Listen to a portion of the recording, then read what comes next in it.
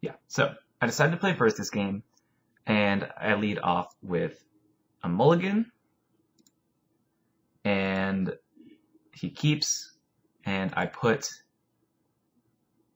keep the land on top. So now I'm left with a pretty decent starting hand as far as this deck is concerned.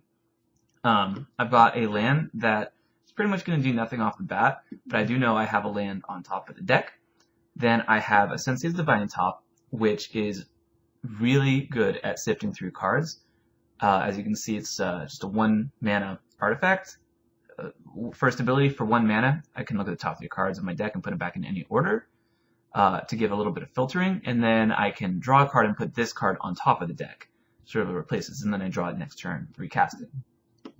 I have a Green Sun Zenith, which is lets me pull out any green creature in my deck. Obviously, tutors are amazing. I have a Siege Rhino, which is actually a really good finisher. 4 mana, 4/5 with Trample is already really good, and then when it lands, it drains for 3. I have a Painful Truths, which is a 3 mana sorcery, and I draw X cards and lose X life, where X is the number of colors used to cast it. So I want to typically cast this card for black, green, white as my 3 mana. And then Cabal Therapy, which is one of the best discard spells in the game. Especially if you know your opponent's deck or what they're likely to have in their hand, you can just scrape cards out of their hand. You can just hemorrhage them really hard. Anyways, so on my first turn, I play my land, and I cast the Sensei's Top. It sticks, everything's happy, I'm doing alright. Their turn, they just play a land, and also cast a Sensei's Top of their own. I draw the Verdant Catacombs that I knew was coming, so I am now able to fix a little bit better, mana fix, but I have to keep clicking, and I go ahead and just crack it now. Shuffle the top of the library, whatever. Cabal Therapy, I'm going to nail his hand, and I named Counterbalance because I know that's a card that my deck struggles against in this matchup. So unfortunately, I do not find a Counterbalance in this deck. Instead, I find a series of... So I find Brainstorm, one of the defining cards of this format, Legacy. Instant speed, draw 3 cards, and put 2 on top from your hand on top of your deck in any order.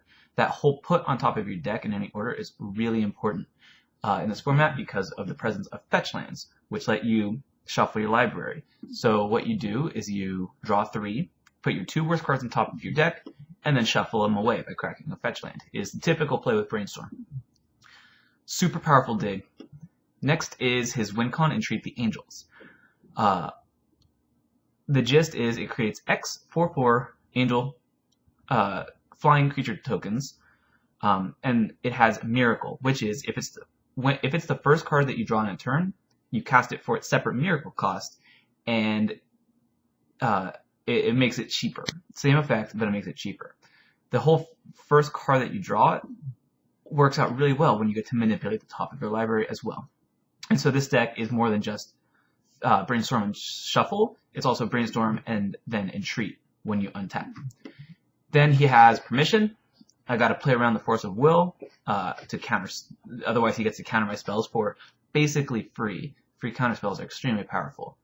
As I would way rather pay a life and pitch a blue card to counter a threat than pay 5 mana. Then he has another Wincon, Monastery Mentor. This is a recent addition to the game that's extremely powerful. 3 mana, and then Prowess. Whenever he casts a non-creature spell, which is Entreat the Angels, Force of Will, and Brainstorm, it gets +1/+1. In addition, this card creates a 1/1 token that also has that Prowess ability. So every time he casts an instant or sorcery, he's popping off.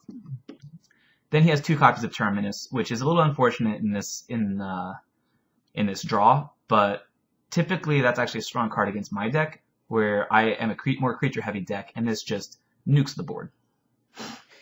It also gets around various things like Indestructible or Regenerate because it doesn't destroy the creatures, it just puts them on the bottom of the deck. And it has Miracle for a single white, so he can in effect wipe the entire board for white mana. when he sets it up with Brainstorm. So that's the Miracles deck. And unfortunately, the named card is not in here, so everything just has to discard. Or nothing gets discarded, and I just whiff on my card.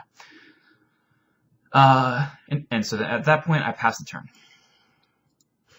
So he's going to lead off with a main phase Brainstorm because he, as his hand showed, which I can pull up right here, he has no lands in his hand. So he's, at this point, he's definitely digging for lands. I don't have a live feed of his hand. This is just what I saw revealed. But I do know that he no longer has a Brainstorm, so I can knock that out. He did find a land that needed, and so he's playing it. And then at the end of his turn, I go ahead and spin the top. I look at the top 3 cards of my library and put it back in any order. I don't need the Reclamation Sage right now because one of the cool things about the Sensei's Top is it really can't be destroyed because if anything targets it, you respond with put this on top of the deck for free. Along the same note, I don't need. I'm a little starved for mana, so I don't necessarily need the creature. So I'm going to go ahead and put it. The way it works is when you click on a card, it puts it on top of the deck, so the last thing you click goes on top. A little funky, but that's how that works. So the last card I click is the Plains because I want to draw the Plains. On my next turn, I draw the Plains.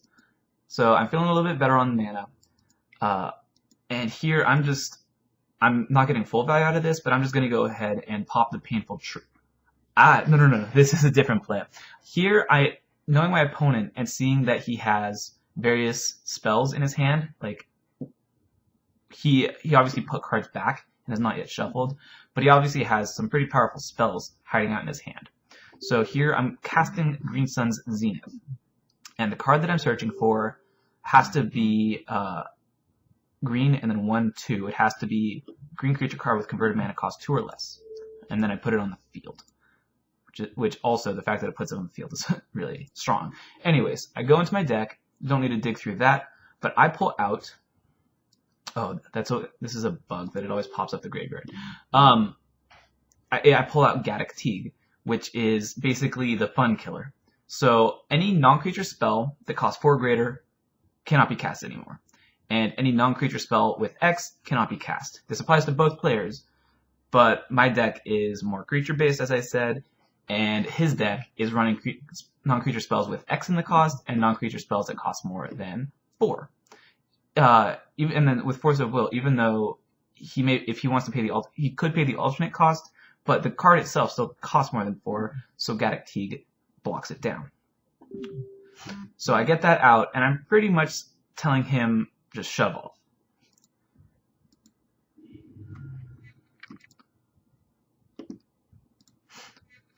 Closed up Facebook. I heard it was pinging. I hope that was not too much. So he's going to go ahead, crack his Flood Strand, and spin the top.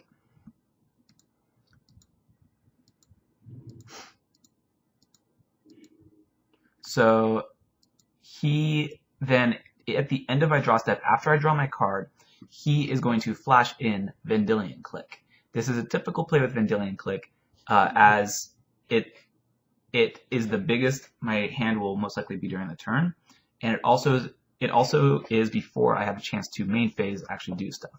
What it's going to do is Vendilion Click already is a 3-mana 3/1 flyer with flash.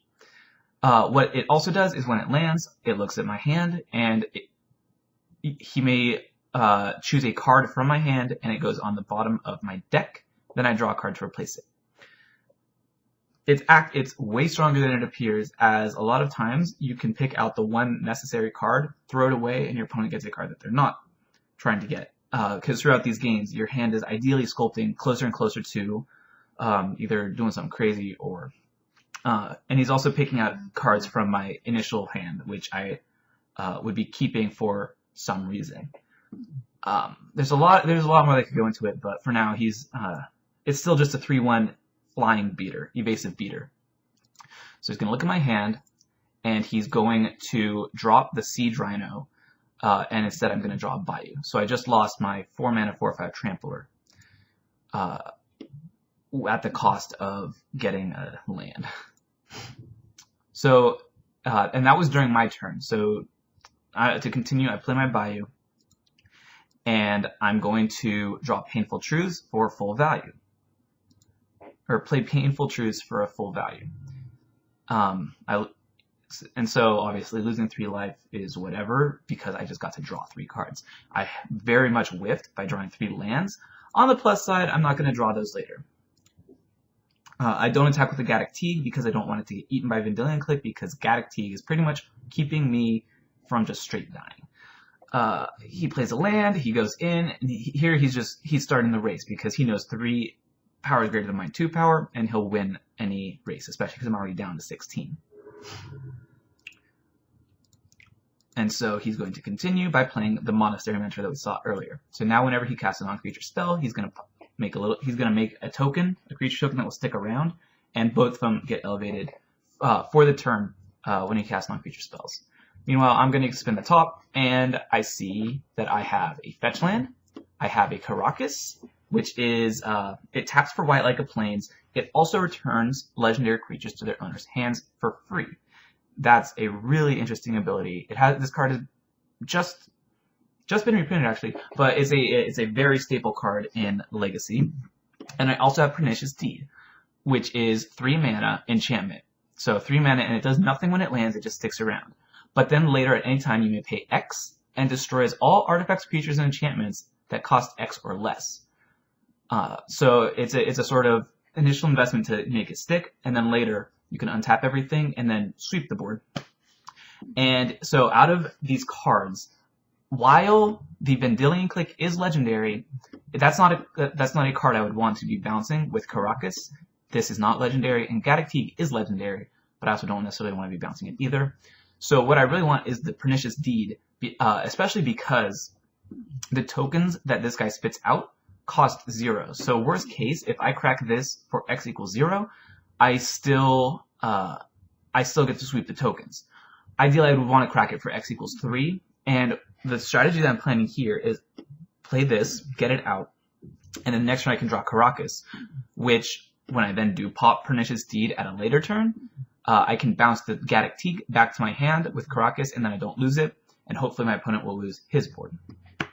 And then of course the tops just do their top thing and vanish and get off the board. So I put the cards back, last card being Pernicious Deed, and I start my turn. I draw the Pernicious Deed as expected, and hit my land, and then I throw this out, as I know it is very unlikely to be countered, as big counters cannot be played. Super, super sweet. Well, and then another benefit of this card is that it does only cost 3, which gets through the Gaddock Teeg limitations. Just everything about this just flows together. And I'm not trying to cast the Scavenging Ooze right now because having mana up is way more important than just having another creature. I'm also not attacking in because Gaddock Teeg is locking the game down. And because I know Pernicious Deed is going to keep me alive. So here he goes, he spins the top at the end of his turn to set up his draw. And I gotta remember to keep clicking. Normally I'm used to actually playing the game where it auto advances because it's an actual game. Anyways, so he casts a second Divine Top. This is him casting a second one.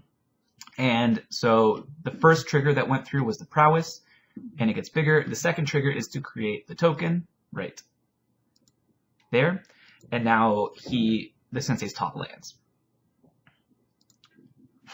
So now he's gonna beat in for 6 with those 2 creatures, and I'm just gonna say, you know what, that's fine.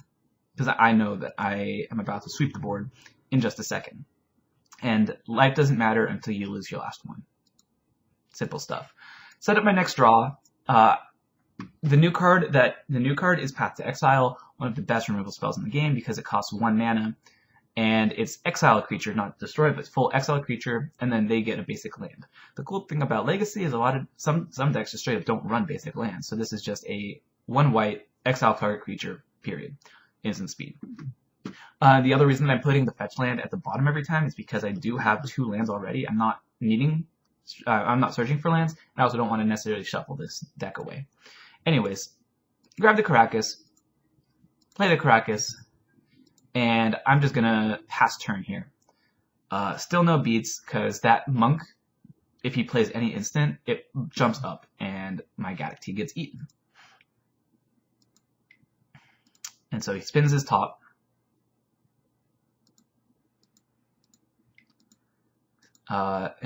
He draws a card. He recasts the top because, you know, get some value off of prowess. So he's just trying to make whatever he can, which he knows the Pernicious Deed is out and gonna pop. But he's gonna go in, creatures into the red zone. And this is where I start getting all fancy. So I'm gonna bounce the Gaddock. He's gonna spin the top. He's spinning the top because right now is the perfect time for him to respond, as Karakas is already tapped in on the stack, and if he is able to find something like the Path to Exile or just some sort of removal, then he can destroy the Teeg before it goes back to my hand. He does not find anything. I get lucky. So I just go ahead and put the top on top of my deck, draw what I need, let the Karakas resolve, and then I just go ahead and advance to paying X for the Pernicious Deed, and I pop the Pernicious Deed. And so here he goes, spinning again. I don't know what he's looking for now because he just saw the top 3 cards of his deck, but I clear the board, and that ends his turn. So on my turn, I draw the top that I had previously put on top. And so here's where stuff starts getting a little interesting. So Gaddock Teeg is now dead, which means I'm now opened up to cards like Force of Will. And I know he's probably going to want to counter that Gaddock Teeg because that's what's preventing him from winning the game. So I am going to try and sneak out a Scavenging Ooze first, basically to bait out a counter. To me, it's also basically a free cast. So I put out the Ooze. He doesn't counter it as expected. Now I try and cast the Gaddock Teeg to try and lock down the game again. Unfortunately, he pays his 1 life and pitches a card. He actually pitches Counterbalance, one of the mainstays of this deck. Counterbalance, 2-mana enchantment, so it stays on the field. Whenever an opponent casts a spell, you may reveal the top card of your library. If that card has the same converted mana cost as the cast card, it's a free counter. Really powerful card because with the Sensei's Divining Top, because for 1 mana you rearrange the top of your deck, then let Counterbalance resolve, and a lot of times cards in this format don't go above 3. A lot of them are 1 drops because efficiency is very important. So it's basically set up a lock. And so that's really big that he's pitching like the namesake of this deck, the Force of Will, to counter Gaddock. But that's kind of what has to happen. Anyways, he counters the Gaddock, and that's what's expected right here. I play my land and I put out the top. So now I have a Scavenging Ooze ready to go. I believe, I don't know if I've shown this off yet, 2 mana, 2/2, so already reasonable stats. And then I can pump in as much green mana as I want to exile cards from any graveyard. Any card from any graveyard. And then if it happens to be a creature card, the Scavenging Ooze scavenges it and gets a little bigger, and I gain some life. It's a very strong card against graveyard-based decks, obviously, like Reanimator, as well as just being a card that, you know, if unanswered, it's going to start growing, and it's going to start eating. So this is how I'm expecting to finish here, and then I finish the turn spinning the top. Now, so I find a land, and then I find what's gonna just put the lock on this game. Islands don't untap during the controller's untap steps. And so, obviously these islands will cease to untap, but also tundras are plains islands, which also will not untap. So what that means is he gets 1 last use out of, if I can resolve a choke, he gets 1 last use out of all his mana, and then they will never untap until choke vanishes. Obviously, I want that card, so I put it on top. And at the end of his turn, I also use my last green mana to make the ooze a little bit bigger. So I exile his Monastery Mentor. No big reason there. Monastery Mentor is a little more challenging to deal with than the Dillian Click. Anyways, so I draw the choke, and I play the choke.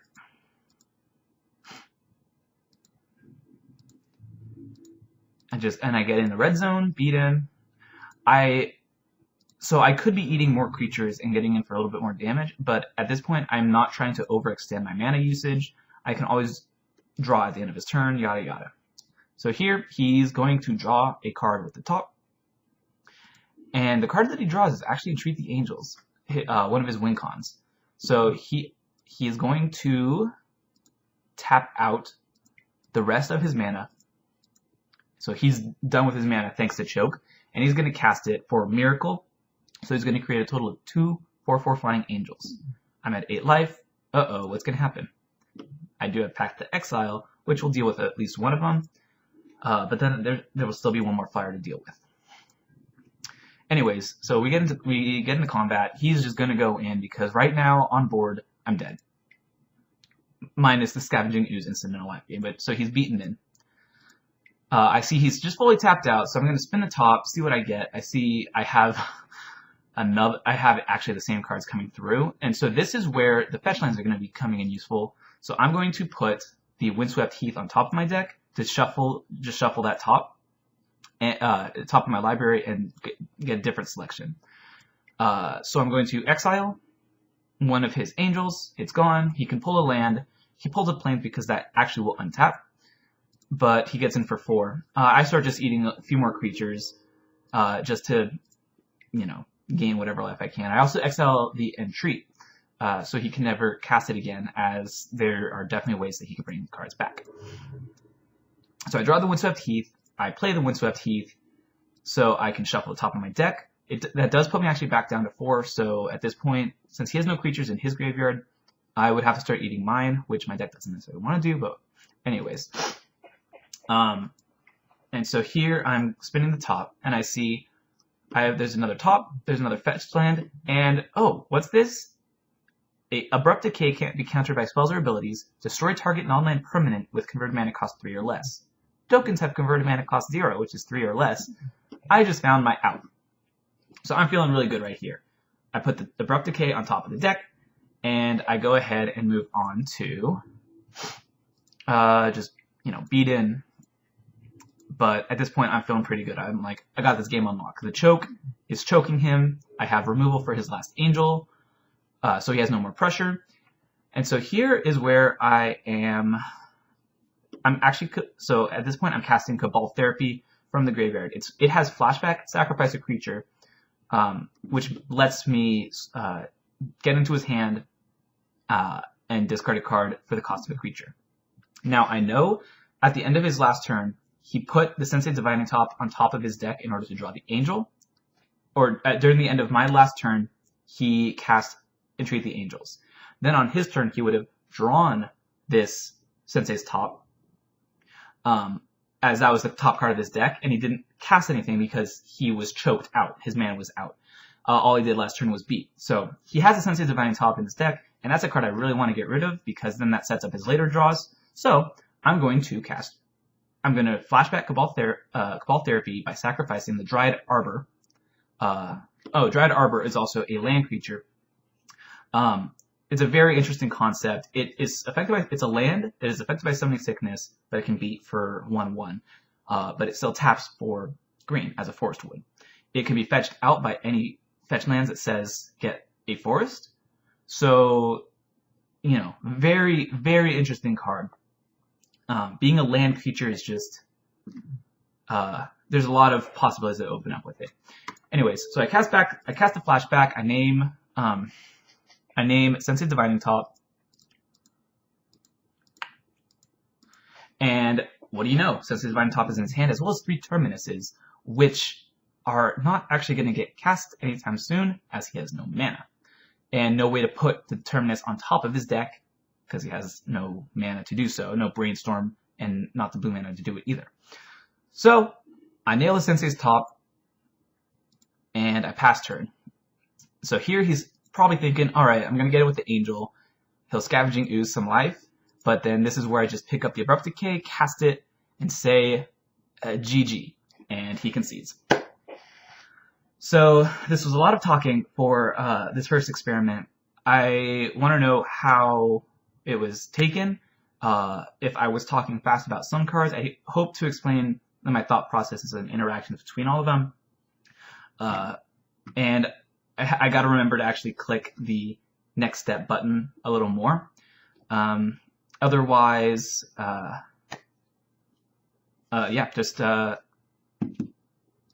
if this was well received, I would love to do more to try and get more people hooked on Magic. Otherwise, it's still kind of fun to go through narrative games. It's actually good for me to also go through games just to see what was happening, misplays, blah, blah. So if this is well received, I would be very down to do more.